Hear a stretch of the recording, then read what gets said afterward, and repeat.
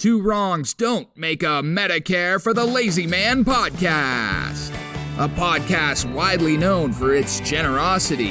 And now, wondering when his hover car will be ready to buy, it's Medicare expert Doug Jones.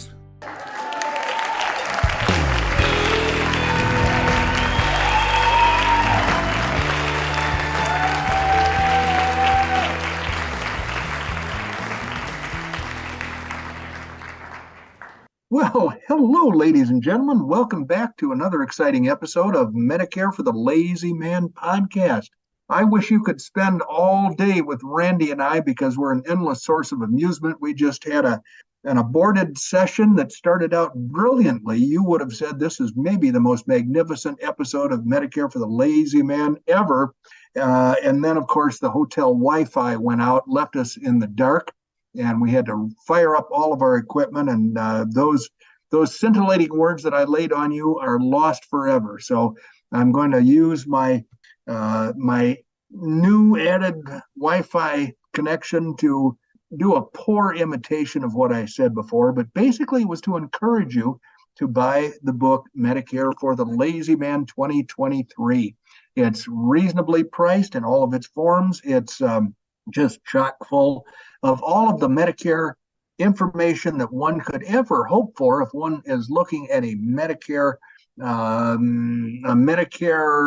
relationship coming up in the future. I have my swollen foot up on a pillow, which is on top of an ice cooler that is devoid of ice right now because my dermatologist hacked a big chunk out of my leg, and I woke up this morning and my foot is swollen. So I'm trying to keep it up in the air and talking to you all at the same time as I self-position to keep the swollen appendage in the air is a challenging bit of prestidigitation, but I'm going to carry on anyway. So we've talked about the book and how my recommendation is for you to buy the book, read the book, and within the book, you'll find my contact information. I am happy to help you figure out what your optional Medicare coverages will cost you, what they will do for you, and when you should acquire them. So I would look for you to contact me once you've read the book and say, Doug, help me out here. Let's go. And that's what I'll do because that's what I do. I'm an insurance agent. I'm licensed everywhere. I'm licensed in your state. So you and I could establish a very mutually beneficial relationship for a short period of time to prepare your Medicare coverages. Randy Carson is sitting here. It looks like he's sitting out by his swimming pool on a sunny, beautiful Arizona day, but I know better than that. He has magic in his computer that fools me into thinking he's various places at various times. Randy, where are you really today? I am in my office. Oh boy! It's certainly a little cool. It's a little cooler in the office than it is out there because since we last talked, 30 minutes ago, I've gained another degree. We're now sitting at 104 degrees. Wow! Well, I'll tell you, at St. Charles, Illinois, a land of not hundreds of degrees typically, and also higher humidity than you're going to have.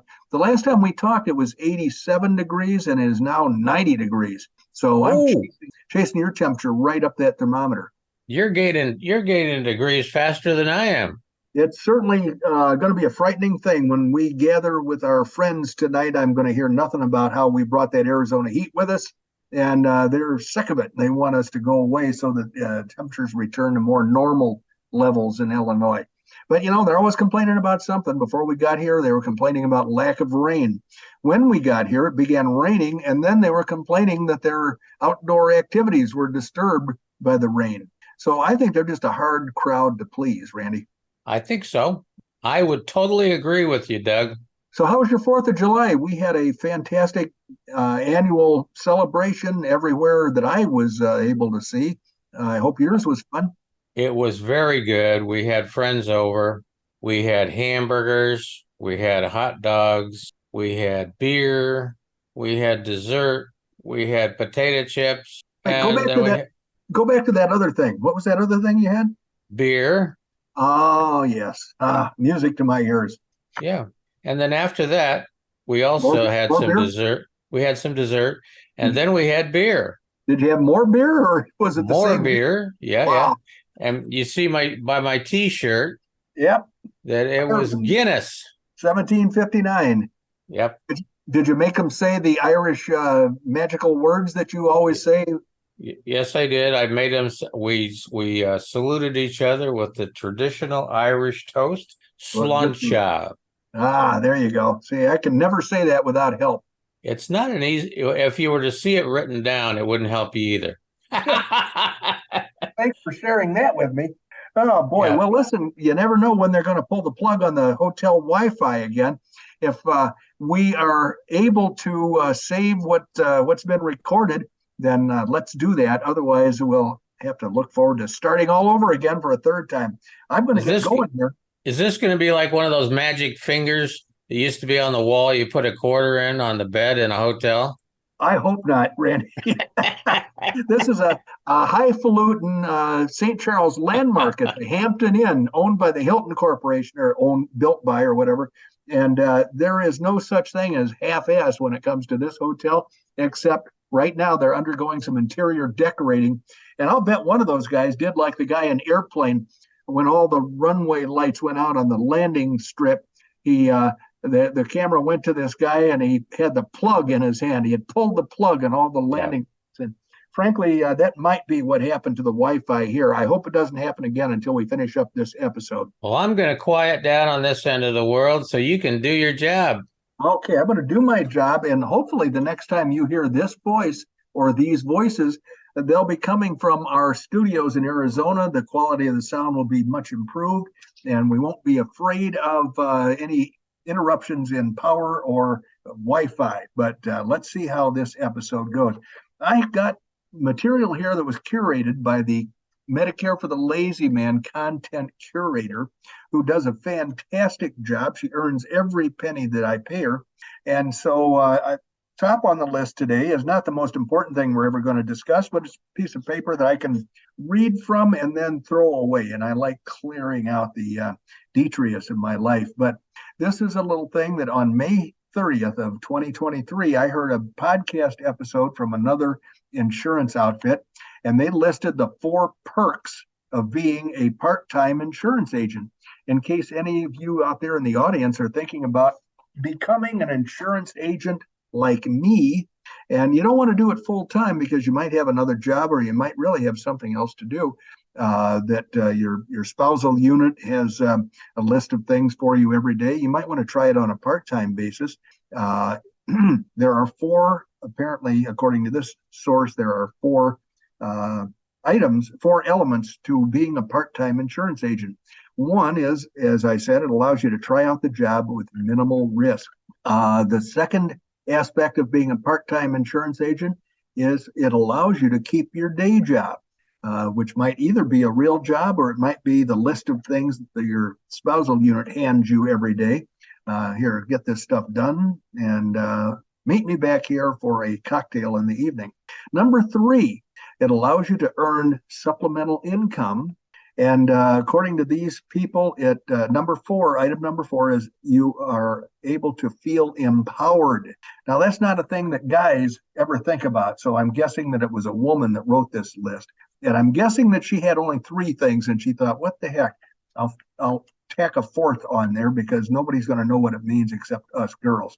So if we want to feel empowered, then we could become part-time insurance agents. Let's see. Captive versus independent allows you to. Okay, so I made some other notes that are totally meaningless to me.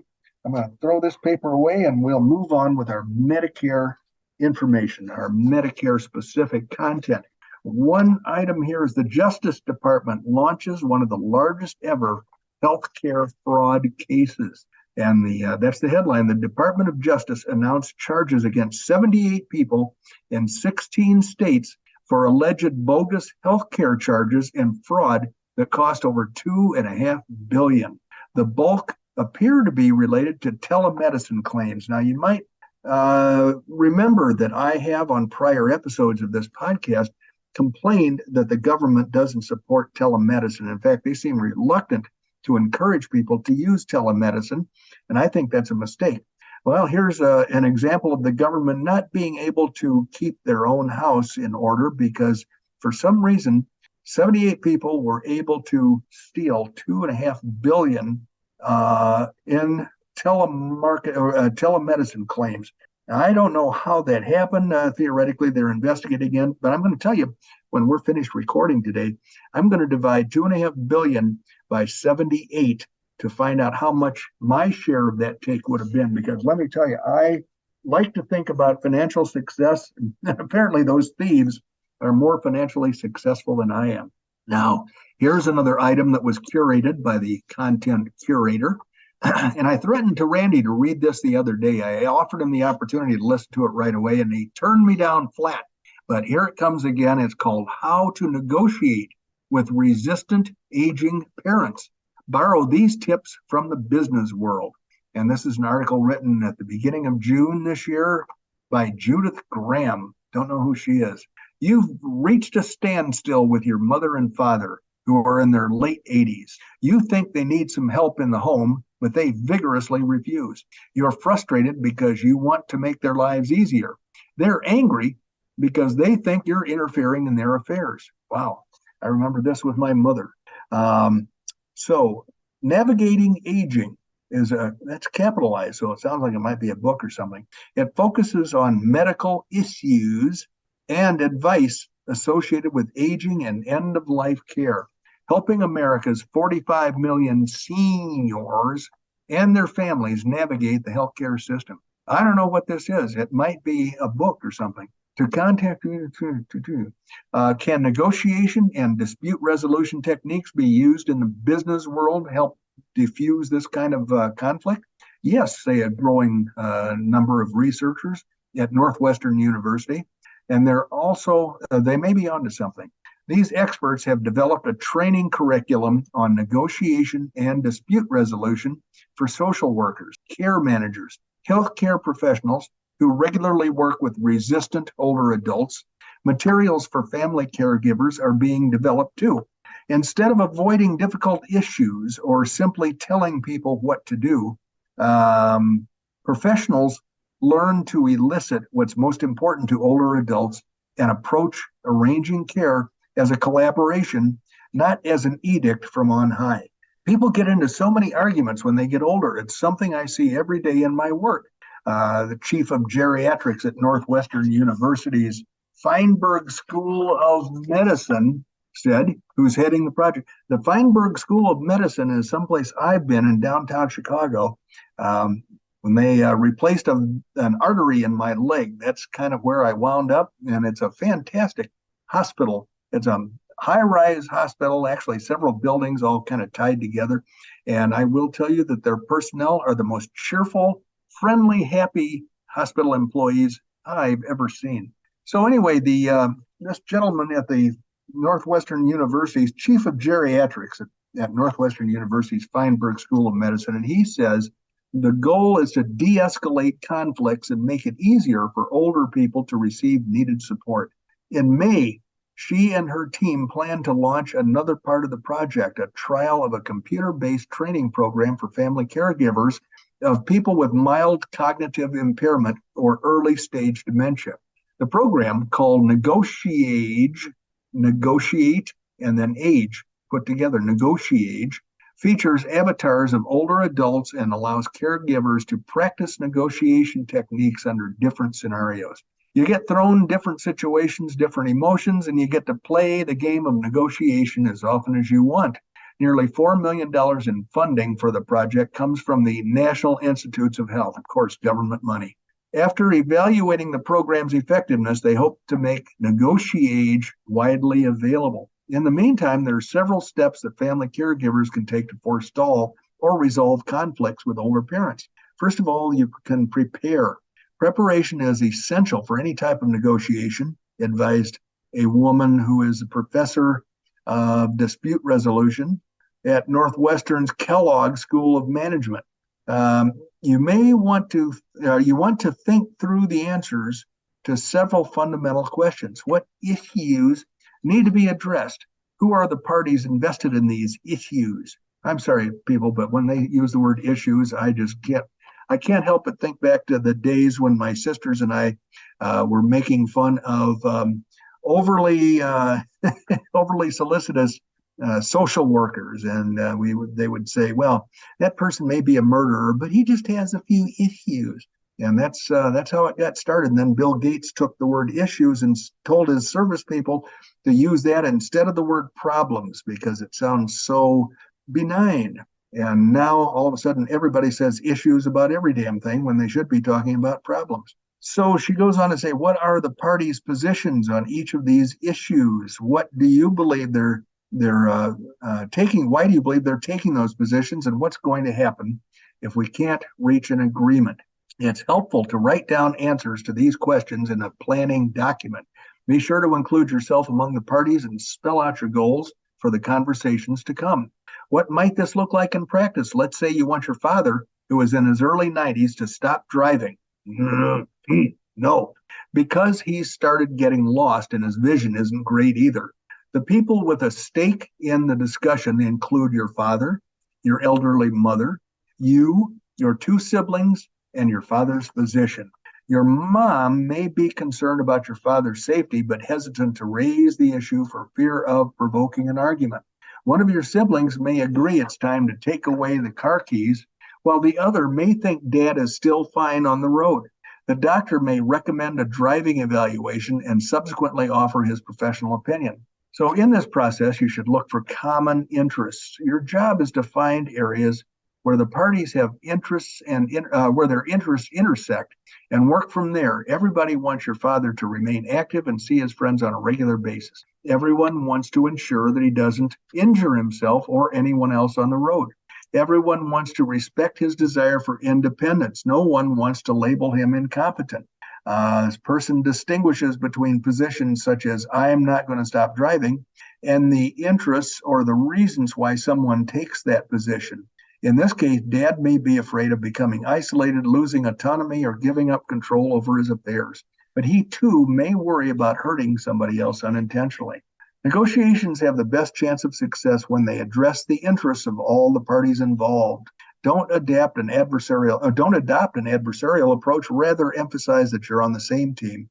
The goal isn't for one side to win. It's for people to work together to find a solution that is at hand. Ask questions. Don't assume that you know why your parent is taking a certain position. For instance, I don't want to go to the doctor. Instead of asking follow-up questions such as why or why not. Okay, well, that's a no-brainer. If an older person snaps, I don't want to talk about it. Don't back away. Acknowledge that their discomfort by saying, I understand this is difficult, while adding, I care about you and I want to know more. The woman who was giving these opinions favors starting difficult discussions with patients with open-ended questions. What are some things you're having issues with? I would never say that. What are some things you're having problems with would be my question. What are you doing that you wish you could be doing differently? What would make your life easier? Listening carefully and making the person you're negotiating with feel heard and respected is essential. If one of the patients tells her, I make my own choices and this is what I want, she might respond, I agree, you're the boss, but we're both here to make your life better, and I'm worried about you. Brainstorm strategies. Negotiations with family members are often charged with emotions that can easily spiral out of control, but don't reciprocate if someone gets angry and lashes out. When you're buying a car, if you can't agree with the dealer you're talking to, you can go to another dealer. When you're in a conflict with a family member, you don't have this option. You've got more stubbornness and more defensiveness about disabilities, and preserving relationships is even more important. Redirect your focus to brainstorming strategies that can help solve the problem at hand. Get creative and put lots of options on the table. Invite your parents to respond and ask why or why not, again, as needed. If you find yourself going around and around without making progress, try saying something like, we could argue about this all afternoon, but neither one of us is going to give in. Let's set aside our arguments and come up with 5 ways that you can get to activities without your car. Don't expect to agree on a strategy right away. You can say, let's bring mom in and talk about this later, or let's think about this and check in with each other next week.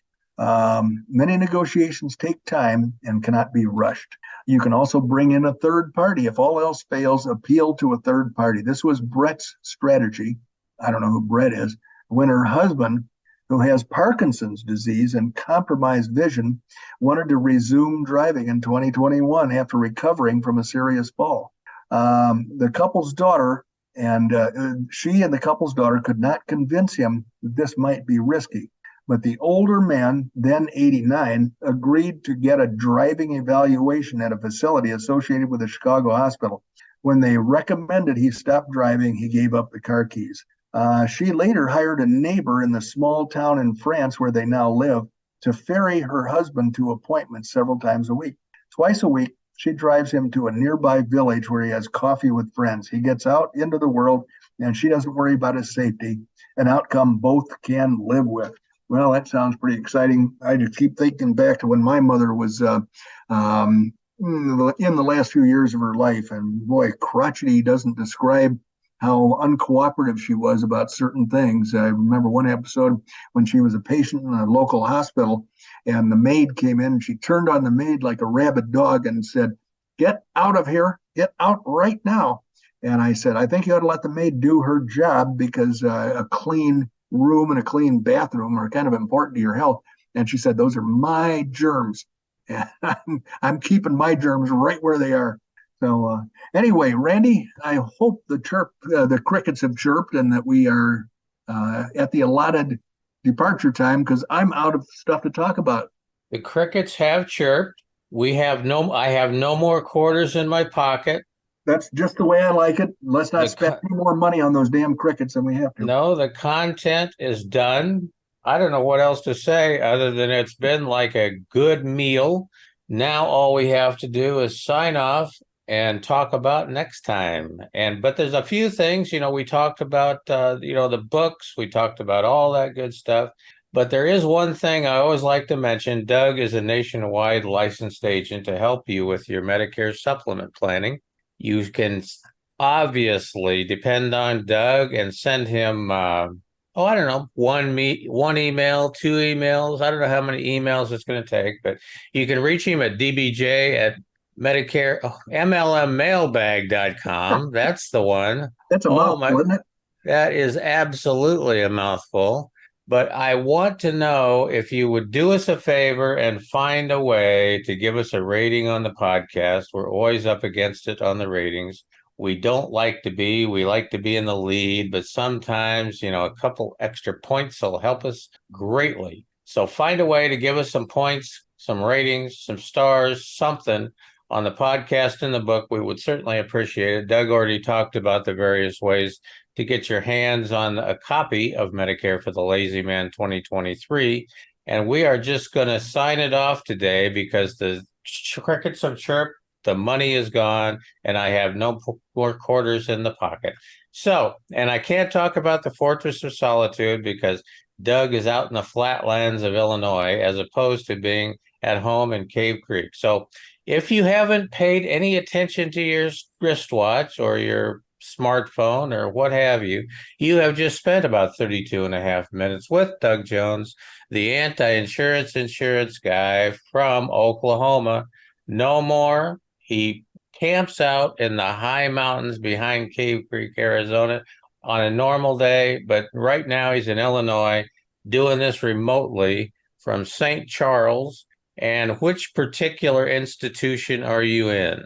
Often I'm locked in an institution, but since I'm out on leave, let's say that I am only happy to be here. And thank you, Randy, and thank you, ladies and gentlemen, for joining us today. And we're certainly looking forward to our next episode. So we'll see you then.